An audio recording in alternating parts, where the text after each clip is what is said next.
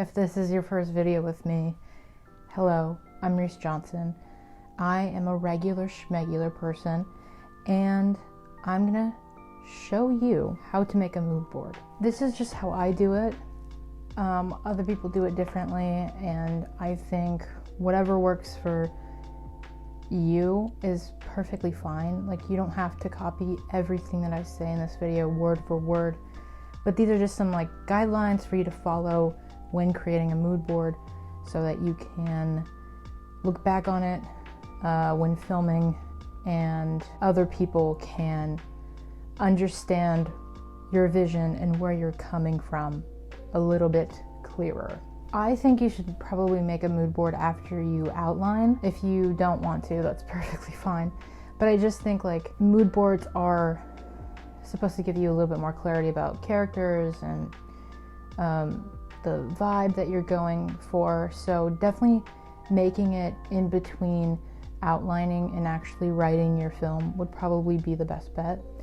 But again, whatever works for you is perfectly fine. So the first thing that I really try to nail down is the characters. And I don't know if other people do this, but I love characters and I love creating people in this world. I think it really helps me to kind of give them their own unique voice, and having a mood board really does help it. I mostly stick to the main characters first, just to get them out of the way, and like I know where the story is kind of like going. I usually start out with pictures of actors or actresses, or just like models or singers that I want the character to resemble.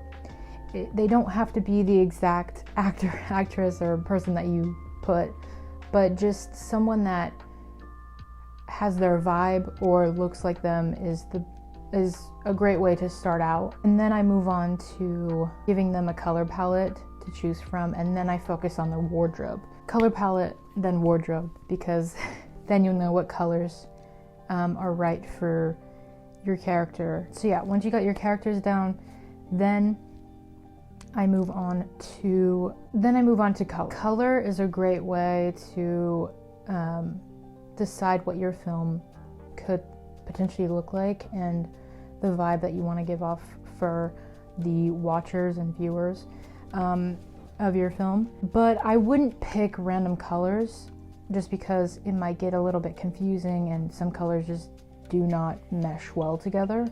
So I usually look for films that really inspired the one that I'm making, or a movie that kind of looks like how you want your movie to look like. I wouldn't go all willy-nilly picking different colors. Definitely look for like color palettes of movies. So after I have my color set up, you see it right now in milanote. If you want to download milanote, it's a very great website where it's super easy to use. This is not a sponsor, by the way. It's just like it just blows my mind every time I use it. I love it. That'll be down below. It's free. It's free, unless you go over like 100 little like posts for it. I don't know how to explain it. Or if you want to use just like Canva, probably a great one too to use. I'll also link that down below if you want to use that too. The next one after color, after I get my color, my characters all set up, I move on to the music. Music helps it come alive, and you can see that with the different types of music for soundtracks. I think it's one of the most remembered things in movies. So like when I watch a movie, I will remember a song in it because it's just so prominent. It just works so well. I mean, unless it doesn't, then I won't remember it. But music and also characters are the main two things that people will remember from your movie, film. So just try to really dig deep into that kind of thing. The story is good too. Like, you need a great story, but definitely like characters and music. You can go to Spotify, Apple Music, YouTube, just look up soundtracks for movies that you like. You probably can't afford the actual songs that are on these soundtracks of the movies that you love, but there are some great copyright-free music on YouTube, or there's some paid ones. I don't know what they're called.